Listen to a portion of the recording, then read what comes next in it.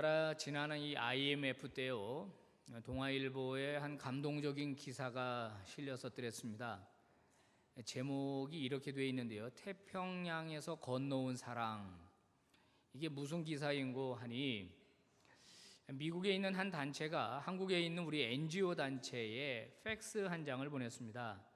팩스 내용은 뭐냐면, 황보정희라고 하는 한국의 여성에게 미화 2만 불, 그 당시 돈으로 3,700만 원입니다. 이게 유산이 상속되었으니 이 사람을 찾아달라라고 하는 그런 내용이었습니다. 이 황보정이라고 하는 분이 어릴 때 굉장히 가난했던 모양입니다. 그래서 NGO 단체가 연결을 해줘서 미국의 레스타 놀스라고 하는 양어머니와 이렇게 연결이 됐습니다. 자, 만난 적도 없지만은 미국의 양어머니와 한국의 딸이 된 거예요. 이 미국에 있는 이 양어머니는 매달 생활비를 보내준 겁니다. 11년 동안이나 계속해서 끊이지 않고, 그래서 그 구호단체에서도 참 특별한 분이다. 보통 1, 2년, 2, 3년 하다가 다 끊어지는데 10년이 넘도록 계속해서 돈을 보내줬다는 거예요. 이 황보정희 씨가 19살이 되니까 이제 성인이 되죠. 그러면 이제 그 대상에서 제외가 되었는데도 불구하고 이 두 사람의 만남은 계속되었다고 그럽니다. 이제 이 미국의 이 할머니가 90살이 넘어서 세상을 떠나게 됐습니다. 세상을 떠나면서 한 번도 만난 적이 없는 한국의 양딸에게 유산을 상속해 준 거예요. 3,700만 원. 저도 어릴 때 양어머니를 좀 얻어볼 걸, 이런 생각을 이 기사를 보면서 조금 하다가 말았습니다. 쓸데없는 생각 내가 왜 하나, 이렇게. 여러분, 갑자기 자신에게 3,700만 원, 2만 불 상속받은 이 황보정희 씨 눈물을 흘립니다. 야, 그 사랑, 그 너무 감사하다는 거죠. 여러분, 성경에 말하고 있는 진리 가운데 이 상속이라고 하는 개념이 있어요. 하나님 나라의 상속자가 된다라고 하는 이 개념은 매우 중요합니다. 여러분, 하나님 나라, 천국 그러면 여러분 어떤 이미지를 가지고 계세요? 어떤 생각을 가지고 계세요? 자, 천국을 너무 물질적인 요소로 설명하는 것은 옳지 않습니다. 천국에 가면 금은보화가 지천으로 깔렸고 큰 무슨 맨션 아파트가 있고 그런 얘기 우리 들어보지 않습니까? 그거 다 거짓말입니다. 사실은 그렇지 않아요. 여러분, 예수님은 천국을 어떻게 우리에게 소개해 주셨을까요? 그런 물질적인 요소는 말씀해 주신 적이 없고요. 다만 비유로 말씀해 주셨는데, 예수님이 천국 하나님의 나라를 우리에게 알려주시기 위해서 해주신 비유는요, 잔치입니다. 잔치 중에서요, 특별히 혼인잔치, 가장 흥겹고 가장 아름답고 가장 즐거움이 있는, 가장 풍요가 있는 그 잔치, 혼인잔치와 같다고 그랬습니다.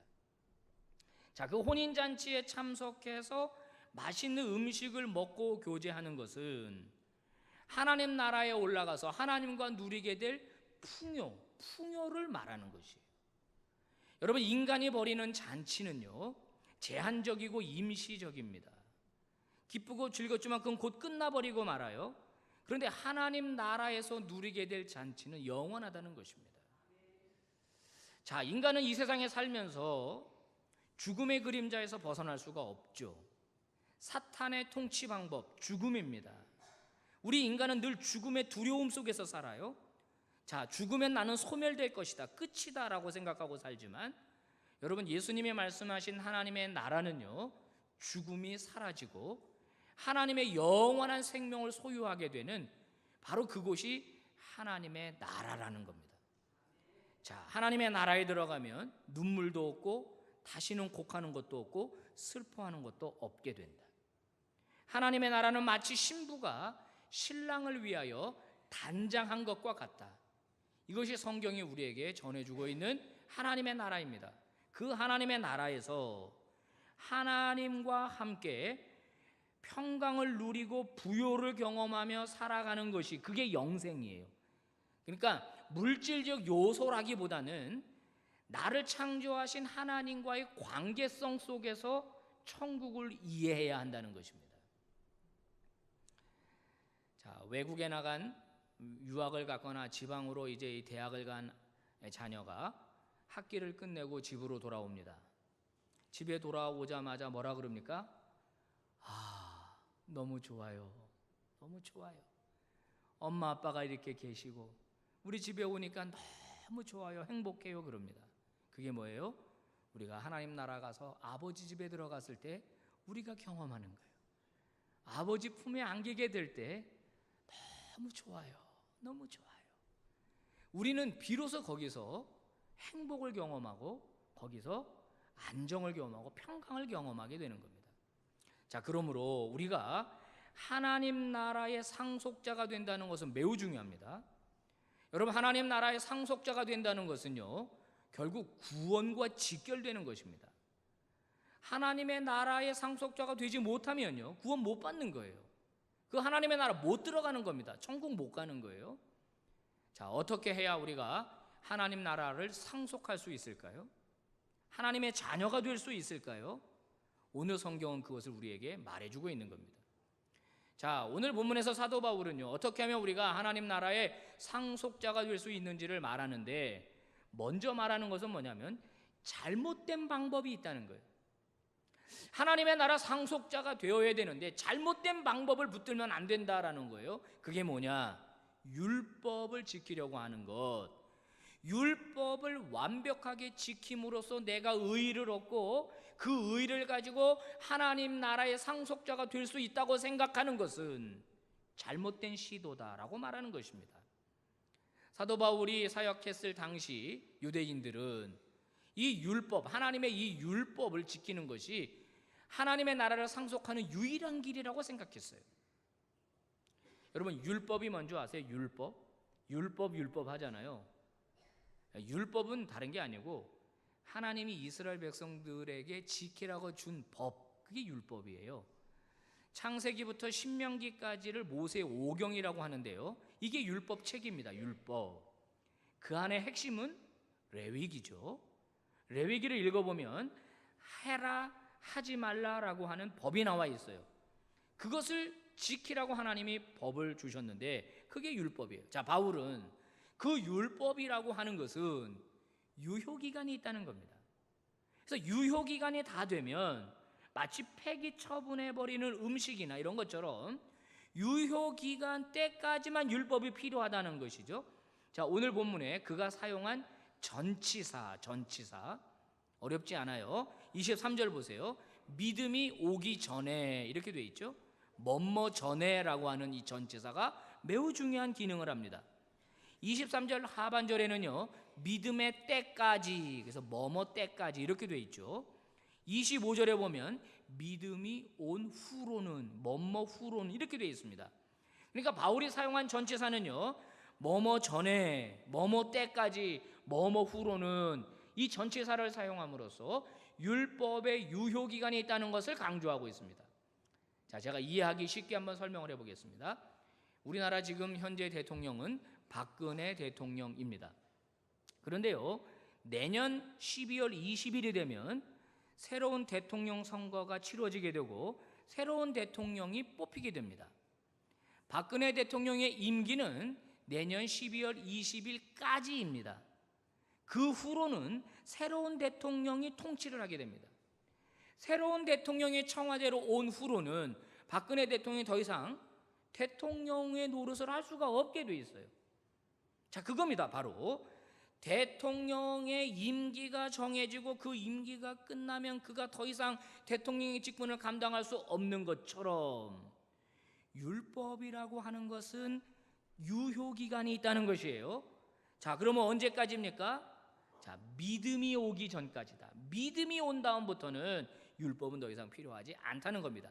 자, 요걸 바울이 하나의 예를 더 들어서 설명하는데요, 오늘 본문 24절 25절 중요한 말씀이니까 한번 같이 읽어봅니다. 자, 본문 24절 25절 한 목소리로 시작.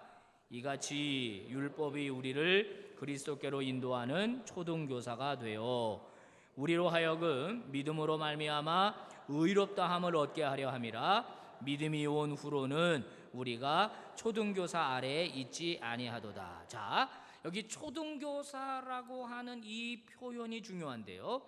율법은 마치 초등교사와 같다. 자, 파이다 고고스라고 하는 이 헬라어는요, 우리나라 말로 번역하기가 어렵습니다. 적당한 단어가 없어요, 우리나라에. 그래서 그냥 초등교사로 해놨습니다. 자, 개정되기 전에 옛날 개역 성경은 몽학선생이라고 해놨어요. 더 어려워요. 난 몽학선생이란 말은 한 번도 들어본 적이 없는데 성경책에 나오더라고요. 몽학선생은 뭐고 초등교사는 뭐냐. 일단 초등학교 교사라는 뜻은 아닙니다. 이게 이 초등교사다 그러니까 초등학교 교사인 줄 아는데 그건 아니에요. 자, 설명할 테니까 들어보세요.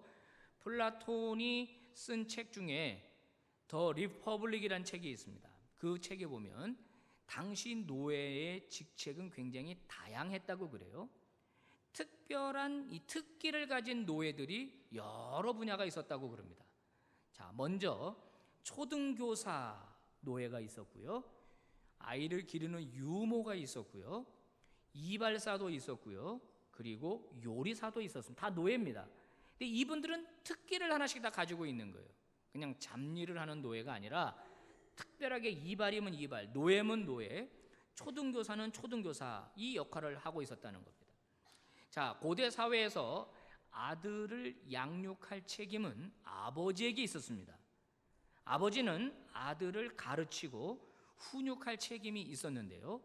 아버지가 여러 일로 바빠서 그 일을 못하게 될 경우에는 노예 중에서 글을 읽을 줄 알고 똑똑하고 유식한 노예를 초등교사로 임명하게 됩니다. 그러면 그 초등교사는요, 그때부터 자기 주인의 아들을 양육하는데요. 아침에 일어나면 씻기고 옷 입히고 밥 먹여서 학교에 데리고 갑니다. 당시 학교가 있었어요. 학교에 선생님이 있었습니다. 그리고 공부가 끝나면 가서 아이를 찾아옵니다. 집에 와서 또 밥 먹이고 씻기고요. 숙제하는 거 도와줍니다. 글을 다 알기 때문에요. 숙제를 도와주고 그 다음에 아이가 나가서 놀면 따라 나가서 아이를 지켜봅니다. 왜요? 아이가 나쁜 짓을 할까 봐.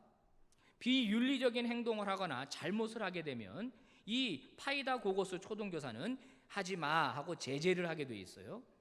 그래도 말을 안 들으면 벌을 줄 수도 있었습니다. 손 들고 있어 너 하고서 벌을 주는 것이죠.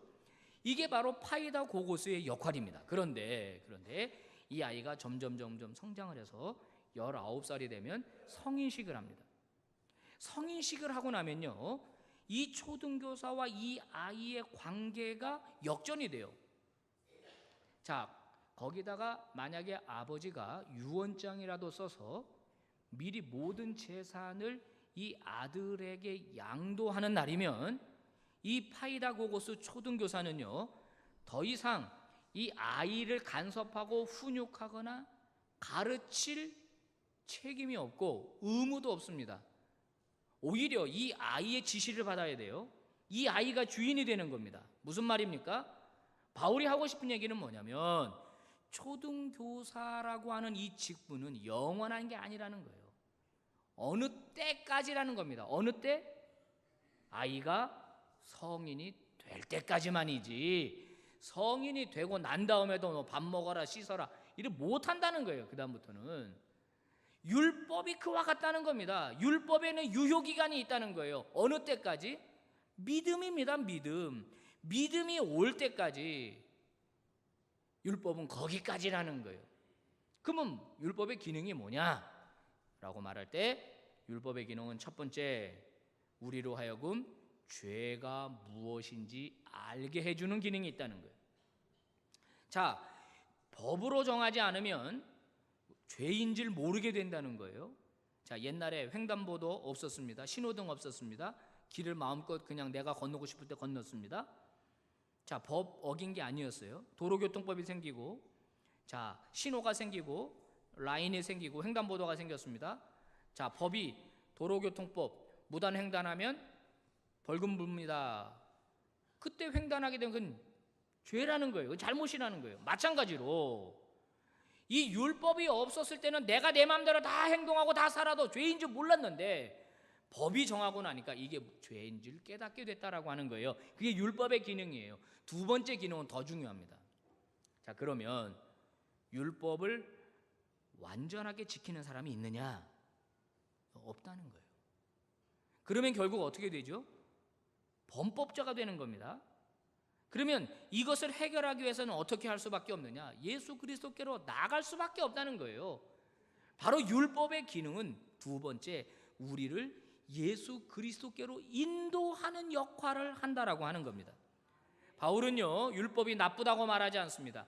하나님께로부터 온 것이기 때문에 선하다고 그래요. 하지만 아무리 선할지라도 유효기간이 있는데 그 끝나버린 그 율법을 여전히 붙들고 사는 것은 안 된다. 그러니까 하나님의 나라의 상속자가 되고 싶다면 율법 포기해라, 그 얘기입니다. 즉 이것을 바꾸어 말한다면 내가 하나님 앞에 의롭다고 인정받고 내가 하나님의 상속자가 되기 위하여 착한 일을 하고 공덕을 쌓고 선한 일을 하고 그로 인해서 내가 하나님에게 인정받을 수 있다는 시도 자체를 버리라는 겁니다. 왜요? 그걸로 안 된다는 거예요. 안 된다. 인간의 노력으로, 선행으로, 착함으로, 공덕으로 만약에 하나님의 나라 상속자가 될 수 있다면 예수 그리스도가 이 땅에 오실 이유가 없죠. 인간이 가능한데, 자력으로 구원이 가능한데 오실 이유가 없다는 거죠. 그러면 어떻게 되느냐? 무엇 때문이냐? 무엇을 붙들어야 하느냐? 오늘 본문에 23절, 24절, 25절, 26절에서 계속 반복적으로 바울이 쓰는 단어가 있죠. 뭡니까? 믿음으로 말미암아, 믿음으로 말미암아. 믿음 때문이라는 거예요. 믿음. 율법을 지키는 나의 공로가 아니라 믿음 때문인데, 그럼 그 믿음의 내용이 뭐냐? 고린도전서 15장 1절에서 5절인데요. 들어보시기 바랍니다. 형제들아, 내가 너희에게 전한 복음을 너희에게 알게 하노니 이는 너희가 받은 것이요 또 그 가운데 선 것이라. 너희가 만일 내가 전한 그 말을 굳게 지키고 헛되이 믿지 아니하였으면 그로 말미암아 구원을 얻으리라. 내가 받은 것을 먼저 너희에게 전하였노니 이는 성경대로 그리스도께서 우리 죄를 위하여 죽으시고 장사 지낸 바 되었다가 성경대로 사흘 만에 다시 살아나사 게바에게 보이시고 후에 12 제자에게 와. 자, 여기까지 제가 봤습니다. 자, 2절에서 바울은 이렇게 말하죠. 믿음으로 말미암아, 복음을 믿음으로 말미암아 구원을 얻는다. 자, 그러니까 우리가 믿는 건 복음이에요. 복음을 믿어야 하나님 나라 상속자가 될 수 있다는 겁니다. 그럼 복음이 뭐냐? 이러면서 복음이 뭐냐? 4개의 표현, 4개 절로. 첫 번째, 성경대로 그리스도께서 십자가에서 죽으셨다. 두 번째, 그분이 무덤에 장사되었다. 세 번째, 그분이 성경대로 3일 만에 다시 살아나셨다. 네 번째, 살아나서 많은 사람들에게 나타나 보이셨다. 이 4개입니다. 이게 바로 바울이 전한 복음이고 그가 이미 다른 사도들에게 받은 복음의 내용이라는 거예요. 자, 그럼 이 4가지는 결국 2개를 얘기하는 겁니다. 예수 그리스도가 하나님의 아들이신데 우리의 죄를 대신 지시고 십자가에서 죽으셨다. 그거예요. 두 번째는 죽으신 대로 끝난 게 아니라 3일 만에 그가 죽은 가운데서 다시 살아나서 부활하셨다. 그러므로 그 사실을 믿으면 그분이 하나님의 아들이고 그분이 나를 위해 십자가에서 죽으시고 그분이 다시 살아났다는 것을 믿으면 그 사람은 구원을 얻게 되고 하나님 나라 상속자가 된다. 할렐루야. 여러분 믿으십니까? 그러면 우리 한번 고백해 보겠습니다. 여러분 동의하시면, 아니 모두가 다 한번 따라서 하겠습니다. 나는 예수님이 하나님의 아들이심을 믿습니다. 그가 나의 죄를 대신하여 십자가에서 돌아가셨고 사흘 만에 부활하셨습니다. 나는 이것을 믿습니다.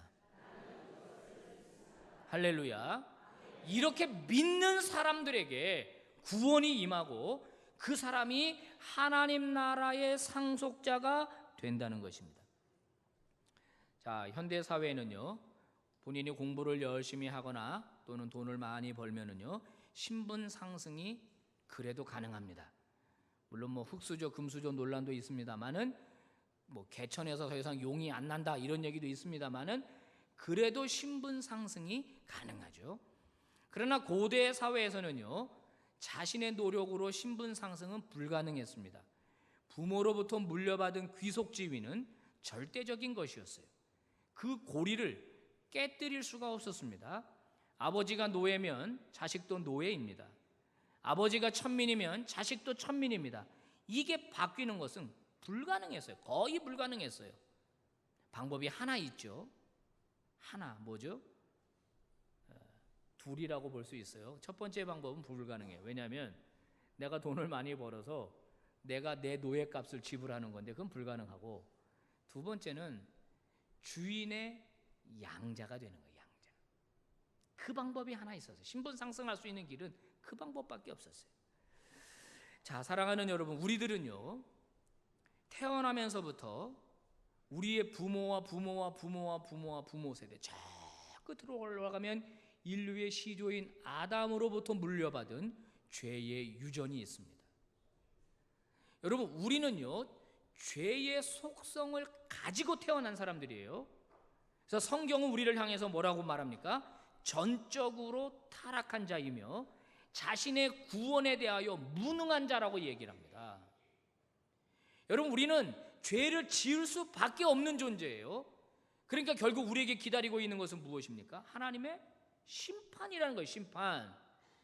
이런 저와 여러분에게 살 길이 하나 열렸는데, 그것은 바로 예수 그리스도를 하나님의 아들로 인정하고 그의 십자가 대속 사건을 인정하고 그분이 다시 살아나심으로 말미암아 하나님의 아들이심이 증명되었다라고 하는 이 사실을 믿을 때 저와 여러분의 신분이 하나님의 자녀로 입적된다는 거예요. 호적에 올라간다는 거예요. 신분의 변화가 가능한데 그거는 예수 그리스도를 믿음으로 가능하다는 것입니다. 이것을 공개적으로 확증하는 것이 세례예요. 세례는요, 세 가지입니다. 예수 그리스도가 죽을 때 나도 죽습니다. 물에 잠길 때. 예수 그리스도가 무덤에 장사되는 것처럼 나도 거기 장사됩니다. 그리고 예수 그리스도가 물 위에 올라옵니다. 세례. 예수 그리스도가 부활하실 때 나도 부활합니다. 나는 그것을 믿습니다. 이게 세례예요. 이게 세례. 세례는 하나님의 상속자가 되는 공적인 인침입니다. 인침. 그래서 중요한 것이에요. 세례받지 않은 분들은 속히 세례받을 수 있기를 주의 이름으로 축복합니다. 그래서 로마서 3장 24절은 이렇게 말하죠. 그리스도 예수 안에 있는 속량으로 말미암아 하나님의 은혜로 값없이 의롭다 하심을 얻은 자 되었느니라. 이 믿음 위에 굳게 서는 여러분 되시기를 주의 이름으로 축복합니다. 자, 상속자가 되었으면요, 그러면 그 다음에는 어떻게 해야 되느냐? 아주 중요한 삶의 태도 하나를 우리에게 오늘 성경은 말해주고 있습니다. 자, 본문 28절인데요, 제가 읽어보겠습니다. 28절. 너희는 유대인이나 헬라인이나 종이나 자유인이나 남자나 여자나 다 그리스도 예수 안에서 하나이니라. 무슨 뜻이죠? 인종을 초월하라는 겁니다. 인종. 그 다음에 신분을 초월하고 그 다음에 성을 초월해서 너희는 뭐다? 하나다. 평등하다는 것입니다. 하나님의 상속자가 된 것이 너의 공로가 아니라 오직 하나님의 은혜로 되었으니 다른 사람을 너와 평등한 존재로 존귀하게 대하라는 거예요. 남을 존중하라는 것입니다. 여러분, 우리 중에 그런 분은 없으리라고 생각이 되는데요, 우월의식을 가진 사람들이 있습니다. 종종 보죠. 그 우월의식은 무엇으로 말미암은 거죠? 본인이 남들보다 무엇인가 더 가졌기 때문에 우월의식을 갖는 겁니다. 예컨대 피부 색깔, 흑인들을 열등하다고 생각하는 사람들이 있습니까? 자기 피부 색깔 때문이죠. 백인 우월주의, 잘못된 것입니다. 내가 당신보다 가진 재산이 더 많아, 내가 당신보다 더 많이 배웠어, 내가 당신보다 외모가 더 출중해, 이런 우월의식은 그리스도인으로서 가져서는 안 된다는 거예요. 교회 안에서는 어떤 일이 있을까요? 우리 성도들은 그런 분들 안 계시겠습니다마는, 나는 너보다 이 교회에 더 오래 다녔어. 너 몇 년이야? 저 10년인데요. 어디서 까불어? 난 30년이야. 그럼 이쪽에서 뭐라 그러죠? 어서 까불어, 난 40년이야. 깨갱하죠. 그런 거예요. 예컨대 또 이런 거 있어요. 교회 안에서 직분이 주어지는데요, 직분을 계급으로 오해하는 겁니다. 다 내 밑으로 조용히 해, 내가 직분이. 여러분, 직분은 계급이 아니에요. 직분은 펑션입니다. 교회를 섬기기 위한 기능이에요. 여러분, 목사가 제일 높은 사람이 아니에요. 그 다음이 장로님이고 그 다음이 권사님 안수 집사님이고, 아니라고요. 이거는 직분이 계급이 아니라 이건 펑션이에요. 장로님들은 장로님의 기능을 하는 거예요. 당회라고 하는 기능을 하는 거예요. 그러니까 직분 때문에 우월한 의식을 가질 이유가 없다라고 하는 겁니다. 자, 최석춘 장로님이란 분을 여러분에게 소개하겠습니다. 혹시 여러분 아시는 분인가요? 최석춘 장로님. 이분은 LA 한인교회, 웨스트 LA 한인교회 장로님이시고요, 퍼듀 대학 우주항공학과를 졸업하셨고 미 우주항공연구소의 수석 연구원이십니다.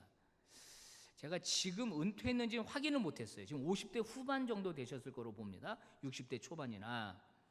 이분은 강원도에서 태어나셨어요. 근데 아버지가 알코올 중독자였습니다. 집에 들어오면 엄마를 때리는 거예요. 아버지 노릇은 안 하고 가재되고 다 부셔버리고, 엄마가 견디다 못해 엄마가 집을 나가버렸어요. 가정을 버리고. 자, 이 아이가 혼자 남았는데 아버지 못 견디는 거예요. 5살 때 집을 뛰쳐나와서 고아가 됐습니다. 어떻게 살았을까요? 비참하게 살았죠. 쓰레기통 뒤져 먹으면서, 다리 밑에서 자면서. 자, 5살 때 뛰쳐나온 아이가 14살이 되었을 때 미국으로 입양을 가게 됩니다. 자, 모리슨이라고 하는 집안에 양자로 들어가게 돼요. 미국에 가보니까 형 누나가 이미 있었어요. 그 집에는 1남 2녀. 형은 대학생이고 누나들은 고등학생이었는데 미국 사람들이죠. 다. 그 집안에 양자가 된 것입니다. 양자. 여러분, 지금도 입양들을 많이 가는데요, 실패하는 경우가 그렇게 많다 그럽니다. 아이들이 어릴 땐 모르다가 성장하면서요, 피부 색깔이 부모님과 자신이 다르잖아요. 자신의 뿌리를 찾게 되고 정체성을 찾게 되면서 혼란을 경험하고 애들이 범죄하는 경우가 많이 생기고 교도소 신세를 그렇게 많이 진다는 겁니다. 파양이 되는 경우가 많은데, 이 최석춘 장로님은 14살에 입양을 갔는데도 불구하고 공부를 얼마나 잘했어요. 그죠?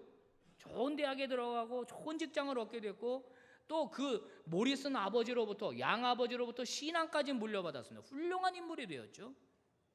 그 비결이 뭐냐? 그 형 누나들 때문이었다는 거예요. 가니까 여러분, 사실 거지 생활하다 온 거 아닙니까? 14살. 그러면 영어를 알아요? 뭐를 알아요? 피부 색깔은 황인종이잖아요. 그러면 보통의 경우는 어떡하죠? 괴롭히고 때리고 이렇게 할 겁니다. 그런데 그 형 누나들은 그렇게 잘해줬다는 거예요. 애랑 친해지기 위해서 카드를 가지고 와가지고 카드 놀이를 하고, 아이에게 단어를 가르치고 영어를 가르치고, 이 아이를 그렇게 따뜻하게 맞아줬다는 거예요. 그래서 이 아이가 형 누나랑 가까워지고 난 다음에 말이 조금 트이고 나서 그랬다잖아요. 한국에서 그 입양 갈 때 배낭에 가져간 게 2개였다 그래요. 동생과 찍은 사진 한 장이랑 화투를 가져갔다는 거예요. 화투. 그래서 형들한테, 누나들한테 I have a Korean card 그랬더니 다 알아듣고 가져와 봐라 그러더래요. 그래서 화투를 쫙 가져가서 쫙 펼치면서 가르쳐주세요. 홍단이 뭔지, 청단이 뭔지, 고도리가 뭔지 이런 거를 쫙 가르쳐줬다는 거예요. 그러니까 이 미국 이 형들이 이 한국 화투를 얼마나 그 신기해요. 그러면서 그렇게 적응을 했다는 겁니다. 오늘 또 집에 가서 화투 치지 마세요. 사랑하는 여러분, 이 최석준 장로님은 지금요 무슨 일을 하시냐면 1999년에요 한국 입양 홍보회를 설립해서 부모가 갖다 버린 아이들을 새로운 부모 찾아주는 그런 일들을 지금 하고 계세요. 그 장로님이 이렇게 말합니다. 먼저 그 집의 가족이 된 형 누나의 역할이 매우 중요합니다. 교회는 하나님의 집이죠. 하나님이 아버지예요. 저와 여러분은 먼저 이 집의 양자로 들어온 사람들입니다. 우리는 원래는 태어나면서부터 죄에게 종노릇하고 사탄의 영향력에 사로잡혔던 사람들이었어요. 전에는. 근데 지금은 하나님을 아빠, 아버지라고 부르는 상속자가 되었다라는 거죠.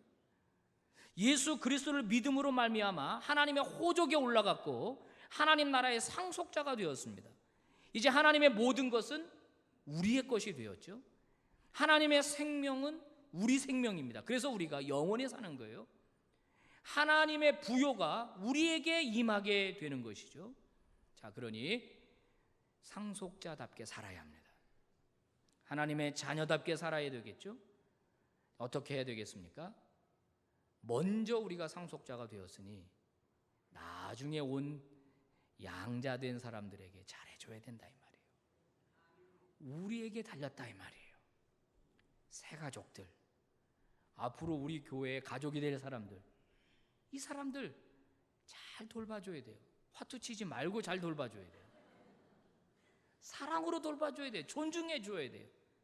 그래야 그들도 하나님의 패밀리가 될 수 있다는 거죠.